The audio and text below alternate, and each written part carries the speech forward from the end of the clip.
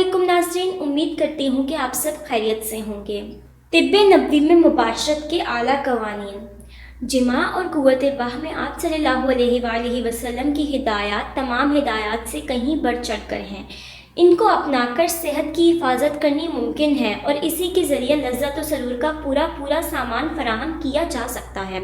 और जिमा और क़ुव्वत बाह की वज़ा जिन मकासद के पेश नज़र की गई है, उनका हुसूल भी आप सल्लल्लाहु अलैहि वसल्लम ही के तरीक़ पर चलकर मुमकिन है।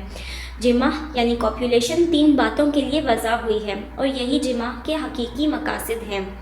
तो नाज़रीन इकरामी, आज की इस वीडियो में मैं आपको इन्हीं 3 मकासद के बारे में मालूमात दूंगी और आप लोगों को उन 3 मकासद के बारे में अलग-अलग तफसील से बताऊंगी। तो वीडियो बहुत ही ज़्यादा इन्फॉर्मेटिव है, इसलिए वीडियो को आपने मुकम्मल तौर पर ज़रूर देखना है और इस वीडियो को दूसरों के साथ भी लाजमी शेयर करना है ताकि बाकी लोग भी इससे मालूमात हासिल कर सकें। इसके अलावा आप लोगों से एक छोटी सी दरख्वास्त करना चाहूँगी कि अगर आप हमारे चैनल पर नए हैं तो हमारे चैनल को सब्सक्राइब कर लें और बेल आइकन को क्लिक कर दें ताकि मज़ीद वीडियोस का नोटिफिकेशन आपको मिलता रहे। साथ ही साथ वीडियोस अच्छी लगती हैं तो वीडियो को लाइक कीजिए और अपनी राय का इज़हार कमेंट्स में ज़रूर कीजिएगा।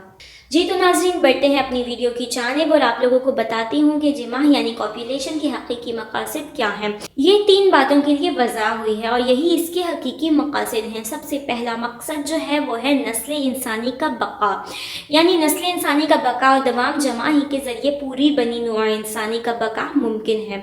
और खुदा ने इंसानों की जो तादाद भी अपने इल्म के मुताबिक दुनिया में मुतय्यन फरमाई है, इसकी तकमील का वाहिद ज़रिया जिमा यानी कॉपुलेशन ही है।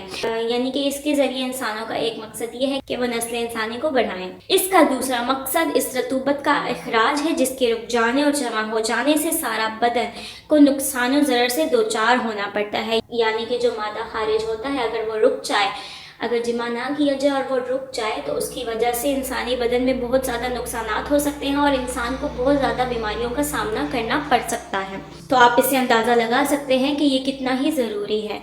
इसका तीसरा मकसद जो है वो है ख्वाहिश को पूरा करना, लुत्फ़अंदोज़ी और नेमत इलाही से बहरावर होना है। और ये एक नफ़ा है जो इंसान को जन्नत में भी हासिल होगा, क्योंकि वहाँ ना इजाफ़ा नस्ल होगा, यानी ना ही नस्ल के इजाफे के लिए आप इस काम को कर सकते हैं और ना एहतकान मनी को बज़रिया जिमा इस्तफ़राग़ करना मकसूद होगा, यानी कि मादा खारिज करना भी नहीं। तो ये 2 काम जो हैं ये आपको जन्नत में हासिल नहीं होंगे। सिर्फ़ और सिर्फ एक नफ़ा जो कि तीसरा मकसद है हमारे ख्वाहिश को पूरा करना, ये नफ़ा आपको जन्नत में भी हासिल होगा। तो ये थे 3 मकासद जो तिब्बे नबवी के मुताबिक जिमा के मकासद बताए गए हैं। मगर आप लोगों को साथ ही साथ बताती चलूँ कि इसका मकसद ये बिल्कुल भी नहीं है कि आप इसको हराम तरीके से करें। इसको करना सिर्फ़ और सिर्फ हलाल तरीके से है, यानी कि निकाह करें और उसके बाद ही इससे फ़ायदा उठा सकें।